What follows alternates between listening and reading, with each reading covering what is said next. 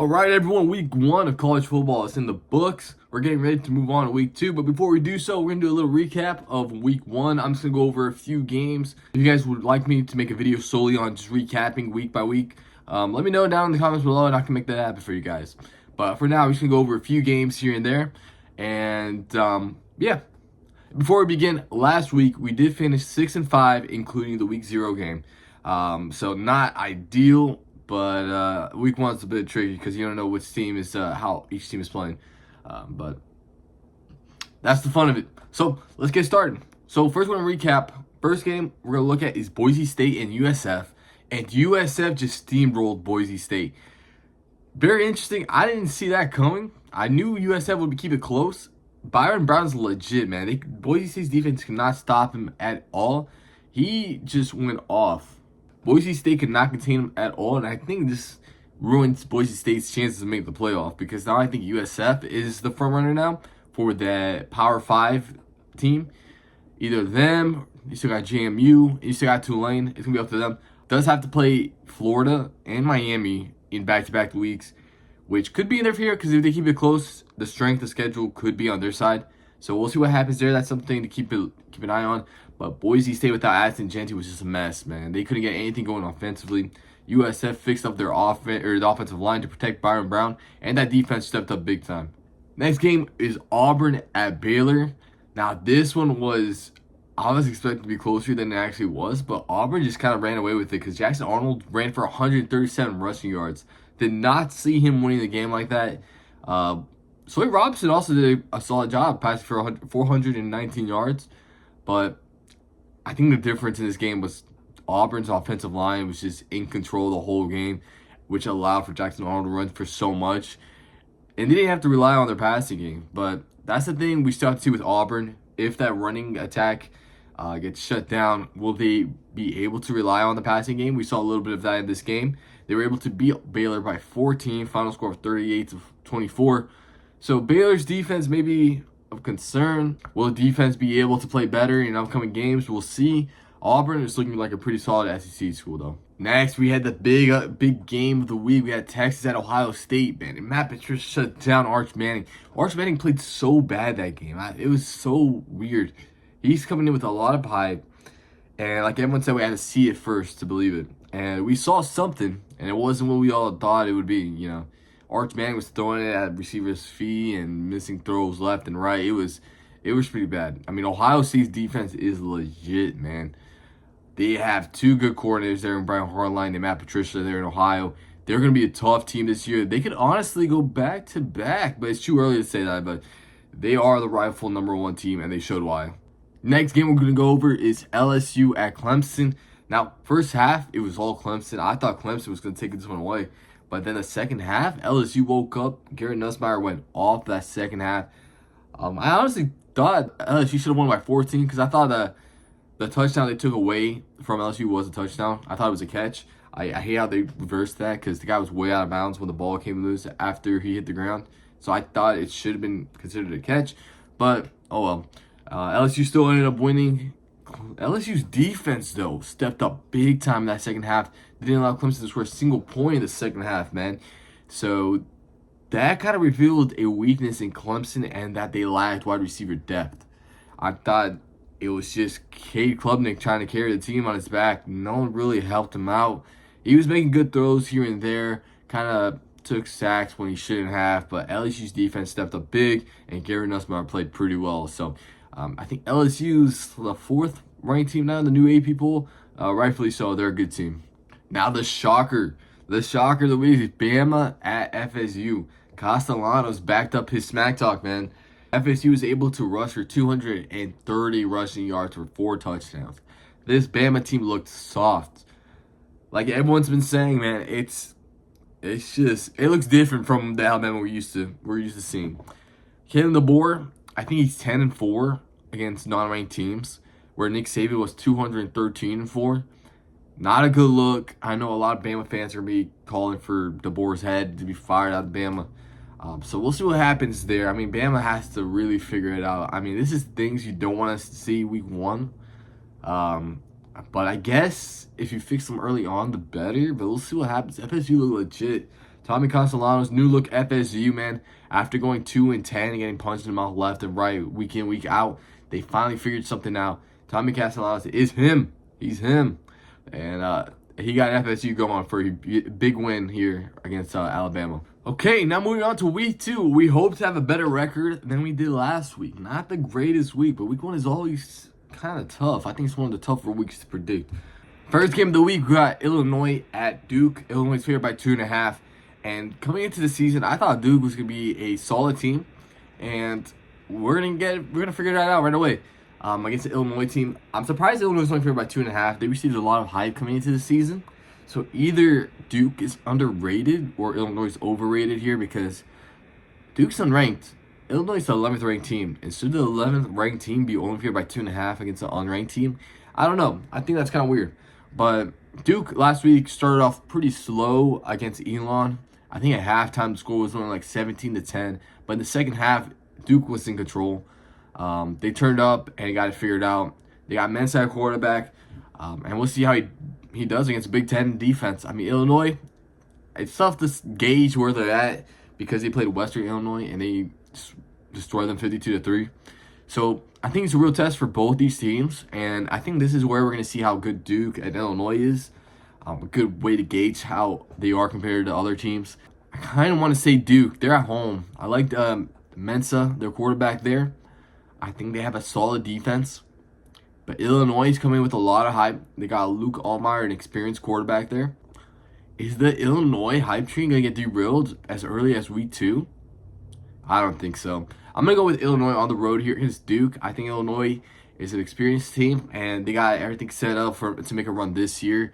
So I don't think they're gonna miss that opportunity. I don't know, man. I wouldn't be surprised if Duke upsets them though. So I'm gonna go with Illinois on the road here. Next game we got Iowa at Iowa State. Iowa State's favored by 3.5 here. Iowa State's at home, and Iowa State's one of the top teams in the Big 12 now after derailing the Kansas State hype train, and I don't know how much of a hype train it is now after almost losing to North Dakota. They're unranked now, so it'd be interesting to see how the Big 12 turns out now.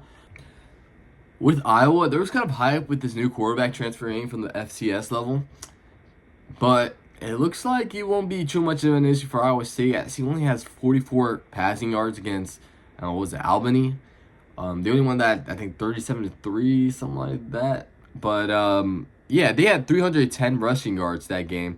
So it looks like Iowa's to be heavily relying on the run game, not too much on the passing game. And I think Iowa State's run defense is good enough to kind of slow that team down. Plus, I think Iowa State has the better quarterback in Rocco Beck and some more, the better receiving options there as well. So give me Iowa State at home. Next game, we got Baylor at SMU. SMU is favored by 3 here at home. Now, the question here is that Baylor's defense can't slow down Kevin Jennings because they allowed Jackson Arnold to run for over 100 rushing yards against them. What is Kevin Jennings going to do? He's a pretty mobile quarterback, and he can throw the ball too. So, I don't know. I think Baylor might actually struggle against mobile quarterbacks here. And SMU is a good team. They got a good defense. They got a solid offense. As long as Kevin Jennings is able to stay consistent, I think, which he will against Baylor, I believe. But Baylor also has a really solid offense in Sawyer Robertson, one of the better running backs in the Big 12 with Washington. And they got some receiving threats there too, but I don't know. I am kind of leaning towards SMU because I don't know how Baylor's defense will handle another mobile quarterback. If they allow Jackson Arnold to run all over them, I think SMU will have a field day offensively. And I think they cover that -3 spread, especially at home. So I'm going to take SMU here at home. Next game, you got Virginia at NC State. NC State is -2.5 here. Virginia took care of Coastal Carolina last week, and NC State, they won against East Carolina by like 7 points. I thought they were going to cover the spread. The spread was 11, so I don't know, kind of disappointing game, I guess, because you don't want to be close against East Carolina. But NC State here is at home. They have a solid quarterback there in Bailey. I think their defense should be solid this year as well. I don't know too much about this Virginia team, so this is a tough game to predict. It's kind of more like a shot in the dark here, but I don't know, man. I predicted that Virginia was not going to be a good team this year, and this is going to be kind of like a good, similar like to the other game, a good gauge to see how both these teams are. I am kind of leaning towards NC State at home. So NC State, I think, has the better playmakers. I was kind of low on Virginia before the season started. I'm going to stick to that prediction. So with that, I'm going to take NC State here at home. But this is going to be, it's pretty much like a 50-50 matchup here. We don't know too much about both teams yet. But I am leaning towards the home team here. Next game, we got Ole Miss at Kentucky. Ole Miss is favored by 10.5 here on the road. First SEC matchup for both teams. Kentucky, pretty good game against Toledo. You know, you would expect them to take care of business there. Yeah, and Ole Miss absolutely destroyed Georgia State. So I think Ole Miss is obviously the better team here. They have the better quarterback. Everyone's been low on Kentucky. I'm low on Kentucky this year. I don't think they make a bowl game. I don't think they're going to win a lot of games this year. I trust Ole Miss roster here more, especially the quarterback in Austin Simmons. He actually played pretty well last week. We'll see how he does against his first SEC team. So I am going to go with Ole Miss. I think they cover the spread. I think they win. They're going to run up the scoreboard. So give me Ole Miss on the road here. Next game, we got Kansas at Missouri. Missouri's at home, favored by 6.5 here. I was kind of low on this Missouri team, but their quarterback is actually pretty solid.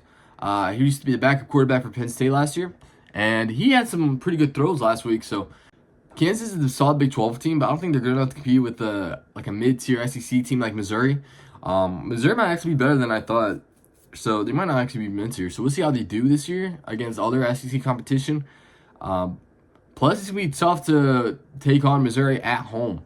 I'm going to go with Missouri here. I think they're going to have the better playmakers here and the better defense here, and I think that's what's going to make the difference. Give me Missouri to win, and I think they might cover the spread too. I know Kansas has a lot of returning talent with Jalen Daniels, but they did lose a lot of pieces as well. But they were playing solid the last 2 weeks, but I'm going to go with Missouri here at home. Next game, we got USF at Florida. Florida's favored by 17.5 here. And like I mentioned in the beginning of the video, USF was really impressive last week, and I think they'll be able to compete with these teams the next 2 weeks, man. They got Florida this week, Miami next week. I don't think they're going to win either of those games, but if they can keep it close, that'll be in their favor when it comes to playoff time, picking a team for the Power 5.